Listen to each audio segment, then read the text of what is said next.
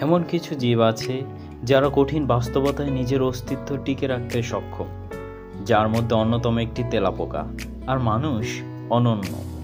পৃথিবীর সবচেয়ে প্রাচীন কীট প্রজাতির একটি তেলাপোকা, সৃষ্টির জন্মলগ্ন থেকেই যার বসবাস, যা প্রায় সবখানেই পাওয়া যায় এবং মানুষের বাসযোগ্য স্থানে এরা বেশি পরিচিত।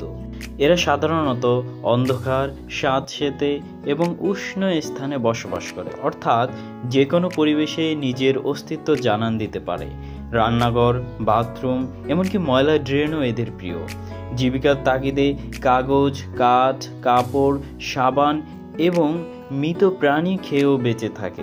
পরিবেশ পরিস্থিতি বুঝে খাপ খাইয়ে পৃথিবীর শুরু থেকে বর্তমান পর্যন্ত পৃথিবীর বুকে জায়গা করে নিয়েছে এরা। মানুষ পৃথিবীর সেরা জীব। সভ্যতার উত্থান পতনেও মানুষের অস্তিত্ব, যে কোনো প্রতিকূল পরিবেশেও টিকে থাকার দারুণ সক্ষমতা আছে। যে কোনো পরিস্থিতিতে নিজেকে খাপ খাইয়ে নিতে পারে, যার দিক থেকে তেলাপোকা এবং মানুষ সমান। কিন্তু মানুষ তার শুধু খাপ খাওয়ানো নয়, বরং সাথে সাথে তার প্রতিবাদ বা উন্নত পরিবেশ সৃষ্টি করার প্রয়াস চালায়, যেটা মানুষ এবং তেলাপোকার মধ্যে কিঞ্চিৎ এক বৃহৎ পার্থক্য।